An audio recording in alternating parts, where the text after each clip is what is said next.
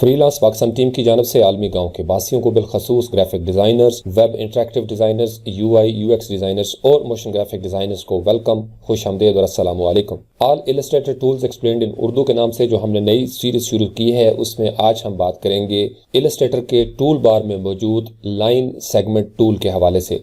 Line segment tool जिसका keyboard shortcut backslash है। अगर आप अपने कीबोर्ड के ऊपर देखें तो जिस तरीके से ये लाइन सेगमेंट टूल आपको दिखाई दे रहा है, इसका आइकन, इसकी डायरेक्शन आप देखें तो राइट से लेफ्ट की तरफ जा रही है, ऊपर से नीचे। लेकिन इसका जो बैक स्लैश होता है, इसको याद रखने का तरीका ये देख लें कि जिस तरह लाइन सेगमेंट टूल है उसके बिल्कुल अपोजिट डायरेक्शन जो है वो इसकी बैक स्लैश की होती है। ये दो किस्म की स्लैशेज हैं आपके कीबोर्ड के ऊपर। एक होता है जिसको हम कहते हैं कि बैक स्लैश, एक होती है जिसको हम कहते हैं फॉरवर्ड स्लैश। तो यहाँ पे अगर आप देखें तो ये है आपका जो लाइन सेगमेंट टूल की डायरेक्शन है। और बैक स्लैश अगर आप अपने कीबोर्ड के ऊपर देखें तो ये जहाँ पे QWERTY लिखा होता है, QWERTY, इसी से अगर आप राइट साइड पे जाते जाएं तो जहाँ पे आपके लेफ्ट ब्रैकेट कीज़ हैं और फिर राइट ब्रैकेट कीज़ हैं, तो उसके साथ आपको जो नज़र आ रहा है दैट इज़ बैक स्लैश की। तो अगर आप अपने कीबोर्ड से बैक स्लैश को प्रेस करेंगे तो लाइन सेगमेंट टूल जो है ये एक्टिवेट हो जाता है। लेकिन अगर आप मैनुअली करना चाहें तो यहाँ पे आके क्लिक करें, थोड़ी देर होल्ड करें, तो इस तरीके से ये एक टूल्स का सब पैनल ओपन हो जाता है। या सिंपली इसके ऊपर राइट क्लिक कर देंगे तो इससे भी ये आप एक्सेस कर सकते हैं। उसके बाद यहाँ पे अगर आप क्लिक करें इस छोटे से एरो के ऊपर तो ये यहाँ से अलग हो जाएगा और यहाँ से आप इसको पकड़ के अपने सामने रख लें ताकि आपने जितने भी टूल्स इस्तेमाल करने हैं उनको आप यहाँ पे डायरेक्टली एक्सेस कर सकें। यहाँ से कर लें या आप यहाँ से टूल बार में से कर लें, तो दोनों सूरत में वही टूल जो है वो एक्टिवेट हो जाएगा। और जो टूल एक्टिवेट हो जाएगा वो थोड़ा सा डार्क नज़र आएगा। जैसे इस वक्त हमने लाइन सेगमेंट टूल के ऊपर क्लिक किया तो ये जो टूल है ये थोड़ा सा आपने देखा उसको प्रेस हो गया है, थोड़ा डार्क हो गया है। इसी सब पैनल के अंदर 5 टूल मौजूद हैं और इन सब टूल्स को एक ग्रुप में शामिल करने का एक लॉजिक है। ये सारे के सारे चूंकि सेगमेंट्स हैं, जैसे लाइन सेगमेंट टूल है तो वो स्ट्रेट लाइंस, जो इलस्ट्रेटर के बारे में कहा जाता है कि सिंपलेस्ट पाथ पॉसिबल जो आप बना सकते हैं, पेन टूल के साथ भी अगर आप बनाएंगे तो एक एंकर पॉइंट से दूसरे एंकर पॉइंट के दरमियान जब आप एक सीधी लाइन लगाते हैं, स्ट्रेट पाथ बनाते हैं, तो वो उसकी सिंपलेस्ट फॉर्म है। तो लाइन सेगमेंट टूल जैसा कि नाम से जाहिर है आप इससे लाइनें लगाते हैं। इसी की मदद से आपने फर्ज कर लें अगर कोई नोटबुक बनानी है, कॉपी बनानी है और कॉपी के ऊपर आपको पता है कि लाइनें हैं, तो इसका मतलब ये हुआ कि लाइन टूल आपका वहां पे बड़ा ज़बरदस्त काम आएगा। और आपने अक्सर इंटरनेट के ऊपर ऐसे ऑब्जेक्ट्स देखे होंगे, कैलेंडर वगैरह, या जहाँ पे डायरी होती है, या जहाँ पे आप अपना कोई उर्दू का या इंग्लिश का टेक्स्ट लिखना चाहते हैं। समटाइम्स क्लाइंट आपको कह देता है कि ये उसकी एक तहरीर है और वो चाहता है कि इसको एक वेक्टर की शक्ल में वो ले आए, तो फिर आपको लाइन टूल वहाँ पे बहुत ज़्यादा हैंडी होगा। उसके साथ अगर आप देखें तो ये आर्क टूल है। आर्क टूल भी एक सिंपलेस्ट सेगमेंट ही कह लें आप उसको, लेकिन उसमें एक कर्व होती है कि आप उसकी डायरेक्शन है, आप राइट से लेफ्ट जाना चाहेंगे या लेफ्ट से राइट। तो बेसिकली ये जो आर्क टूल है ये एक कर्व बनाता है। उसके बाद तीसरे नंबर पे ये स्पाइरल है, ये आपने अक्सर देखा होगा ड्राइंग के अंदर। उसके साथ यहाँ पे देखें तो ये रेक्टेंगुलर ग्रिड टूल है। इसी तरीके से यहाँ पे पोलर ग्रिड टूल है जो सर्कुलर फॉर्म में है। ये रेक्टेंगल की शक्ल में है, इसको आप स्क्वायर भी बना सकते हैं अगर आप शिफ्ट की को प्रेस करके रखें। तो इन सब के सब टूल्स का जो एक ग्रुप के अंडर है, इनका बुनियादी काम तो यही है, जैसा कि इनके नाम से जाहिर है कि आप ग्रिड वगैरह बनाते हैं, लेकिन इन्हीं से आप अपने इलस्ट्रेटर के डॉक्यूमेंट के अंदर अपनी कस्टम गाइड्स भी बना सकते हैं। अब लाइन टूल को जो ही हमने यहाँ से सिलेक्ट किया तो इसके दो तरीके हैं। एक तो ये है कि आपने यहाँ से क्लिक करके लेफ्ट माउस क्लिक को होल्ड करके रखना है और ड्रैग करना है। तो आपने ये देखा जब तक मैंने इसको छोड़ा नहीं तो ये इस तरीके से इसके अंदर एक इलास्टिसिटी नज़र आती है। अगर मैं इसको यहाँ पे छोड़ देता हूँ इस तरीके से तो ये यहीं पे ड्रॉ हो जाएगी। लेकिन अगर मैंने यहाँ से दोबारा से मैंने क्लिक किया और यहाँ छोड़े बगैर मैं अपने कीबोर्ड से शिफ्ट की को प्रेस कर लेता हूँ तो फिर आपने देखा वो जहाँ पे भी होगा वो कंस्ट्रेन करेगा अपने प्रोपोर्शंस को। तो इस तरीके से अगर मैंने शिफ्ट की को प्रेस करके रखा हुआ है और मैं इसको मूव करता जाता हूँ तो ये मुख्तलिफ एंगल्स के साथ जो है वो आपको दिखाई देगा। इसी तरीके से अगर आप इसके राइट साइड पे देखें तो ये जो न्यूमेरिकल वैल्यूज चेंज हो रही हैं उसके साथ लिखा हुआ है डी। इसका बेसिकली आप समझ लें कि इसका डिस्टेंस है कि कितनी लंबी लाइन जो है वो आपकी हो चुकी हुई है। उसकी दूसरी लाइन पे अगर आप नीचे देखें तो लिखा हुआ है 0 डिग्री। चूंकि बिल्कुल ये एक्स एक्सेस के ऊपर आपने लाइन लगाई है तो लिहाजा अभी ये 0 डिग्री है। लेकिन अगर मैं शिफ्ट की को प्रेस करके नीचे की तरफ मूव करता हूं तो आपने देखा वो 315 डिग्री पे चला गया है। इसी तरीके से जब मैं ऊपर आऊंगा तो आपने देखा वो 45 डिग्री के ऊपर जो है उसका एंगल कांस्टेंट कर रहा है। चूंकि शिफ्ट की के साथ बिलअमूम जो एंगल होता है वो 45 डिग्री के साथ इस तरीके से चेंज होना शुरू हो जाता है। अगर मैं अपने कीबोर्ड से शिफ्ट की से उंगली उठा लूं और उसके बाद मैं इस तरीके से मूव करूं, ये एक एक डिग्री जो है वो इस तरीके से ऊपर आता है और जिस तरह का मेरा एंगल होगा वहां पे जाके मैं छोड़ूंगा और वो लाइन जो है उस एंगल पे वहां पे ड्रॉ हो जाएगी। अब इसमें चूंकि थोड़ी सी मेहनत करनी पड़ी है, इसका एक सिंपलेस्ट तरीका भी ये होता है। अगर फर्ज कर लें आपने यहाँ से लाइन टूल सेलेक्ट किया हुआ है और बहुत सारे टूल्स हैं जिसके ऊपर यही मेथड होगा, तो जो भी आपने लाइन टूल सेलेक्ट किया वंस उसके ऊपर क्लिक कर देंगे तो ये एक स्टैंड अलोन ऑप्शंस पैनल है लाइन टूल का, ये आपके सामने ओपन हो जाता है। इसके अंदर ये 3 चीजें हैं। सबसे पहले है लेंथ, कि आप कितनी लंबी लाइन जो है वो लगाना चाहते हैं। अगर आपको एग्जैक्ट उसकी वैल्यू का पता है तो यहाँ पे आप उसका लिख सकते हैं। फर्ज कर लें हमको चाहिए 200 पिक्सल्स की, तो ज़रूरी नहीं कि यहाँ पे आप पिक्सल्स भी लिखें। अगर मैंने यहाँ पे फर्ज कर लें 5 IN लिख दिया है, IN इंचेस का, तो जो ही मैं 5 इंचेस को टैब की प्रेस करूंगा आगे जाऊंगा तो आपने देखा उन इंचेस को इलस्ट्रेटर ने ऑटोमेटिकली पिक्सल्स में कन्वर्ट कर दिया है। उसके बाद यहाँ पे उसका एंगल है कि आप एंगल कौन सा रखना चाहते हैं। फर्ज कर लें हम यहाँ पे 90 डिग्री जो है उसका एंगल चाहते हैं। अब उसके बाद तीसरा ऑप्शन है यहाँ पे फिल लाइन। अभी जब आप लगाएंगे तो वो सिर्फ एक स्ट्रोक होगा, इसके साथ फिल का ताल्लुक नहीं है, लेकिन अगर आप चाहें तो आप उसको यहाँ पे क्लिक करेंगे तो फिर वो लाइन जो है वो फिल हो जाएगी। तो पहले हम स्ट्रोक में देखते हैं। 360 पिक्सल हमारी लेंथ है, 90 डिग्री का एंगल है, ओके करेंगे तो वो लाइन आपने देखी यहाँ पे वो ड्रॉ हो गई है। अब इसको सिलेक्ट करने का तरीका है, अगर आप इसको मूव करना चाहते हैं इस लाइन को, तो आप यहाँ से मूव टूल को सिलेक्ट करें या आप अपने कीबोर्ड से आर्जी तौर पर कंट्रोल की को प्रेस करके रखेंगे तो मूव टूल जो है वो आर्जी तौर पर एक्टिवेट हो जाएगा। अब अगर आप इसको देखें यहाँ पे आके थोड़ा सा इसके ऊपर यहाँ पे लेके जाएं तो आपने देखा ये थोड़ा सा कर्व एक नजर आ रही है। इसका मतलब आप इसको रोटेट भी कर सकते हैं इसी तरीके से।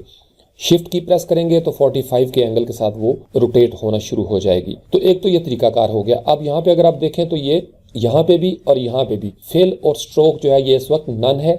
जब आपको ये रेड बार नजर आ रही है तो इसका मतलब इसके अंदर ना कोई फिल कलर है और ना इसके अंदर कोई स्ट्रोक कलर है।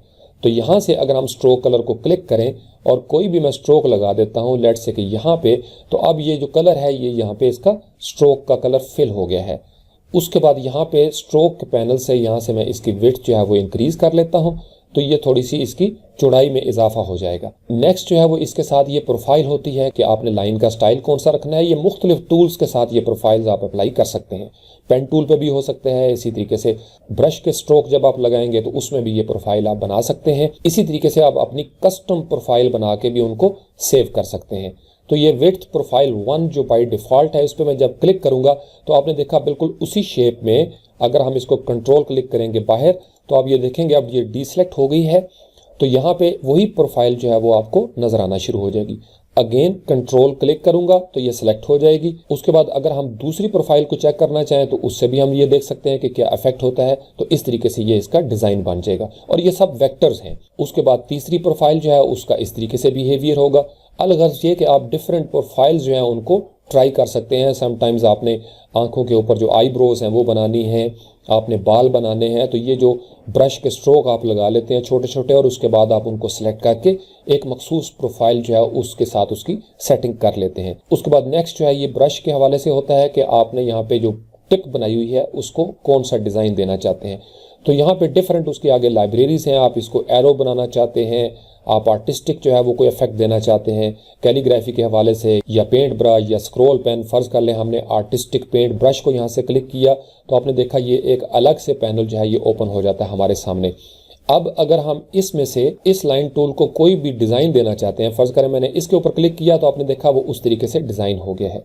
अगर मैं इसको क्लिक करूंगा तो वो अप्लाई हो जाएगा, इसको क्लिक करूंगा तो ये अप्लाई हो जाएगा। ये समटाइम्स बड़ा खूबसूरत होता है कि आपने बॉर्डर्स वगैरह बनाने होते हैं और हम सोच रहे होते हैं कि यार ये कैसे बना होगा, तो उसके पीछे दरअसल यही गेम होती है कि उसके ऊपर उन्होंने कोई ना कोई इफेक्ट अप्लाई किया होगा या कोई मखसूस प्रोफाइल जो है वो अप्लाई की होगी। उसके बाद चूंकि ये एक पाथ है और पाथ को मैंने आपको सिलेक्शन टूल्स के हवाले से बताया था कि अगर आपने इसको मूव करना है तो सिलेक्शन टूल आपका एक्टिवेट होना चाहिए जिसका कीबोर्ड शॉर्टकट V है।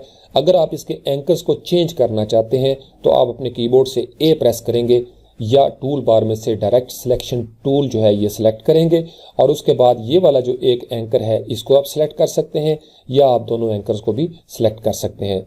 जब आप इसको सिलेक्ट करेंगे तो इस तरीके से आप इसको अपनी मर्जी से कोई कस्टम एंगल दे सकते हैं, छोटा बड़ा कर सकते हैं।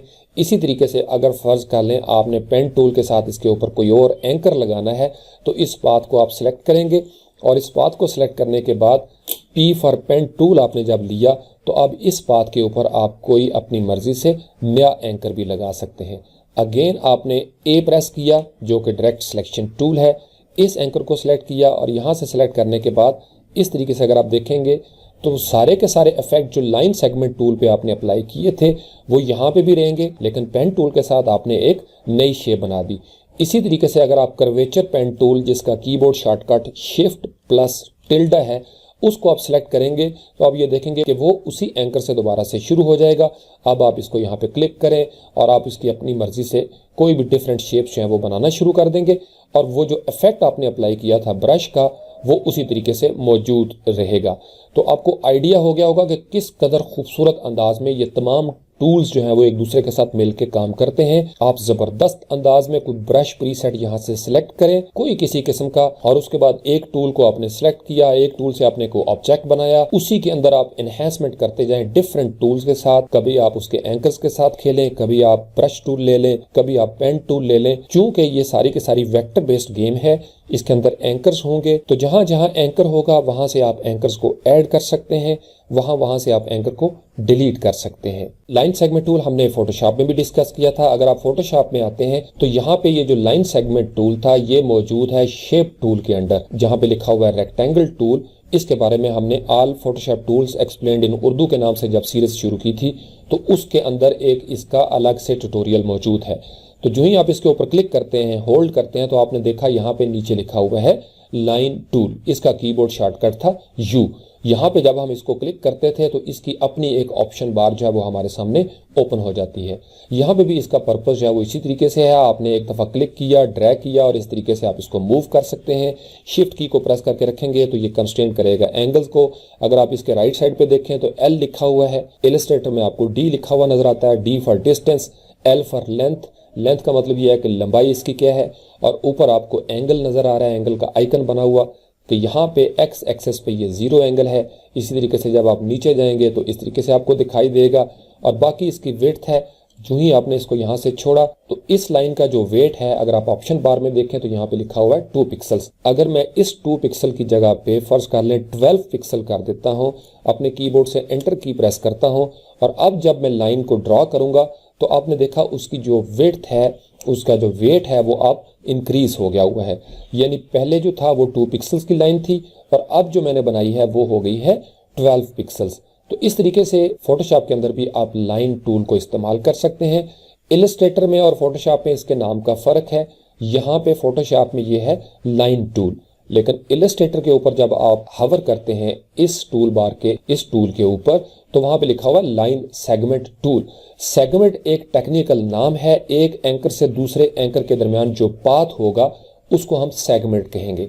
जैसे ये वाला आर्क टूल आपको नजर आ रहा है तो जो दायरा होता है आपका सर्कल, उसके 4 आपको एंकर पॉइंट नजर आते हैं। तो इलस्ट्रेटर में इसी वजह से इसको लाइन सेगमेंट टूल कहा जाता है। तो ये था line segment tool.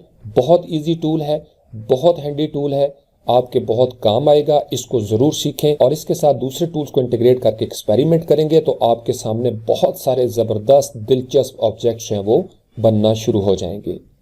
Thank you very much.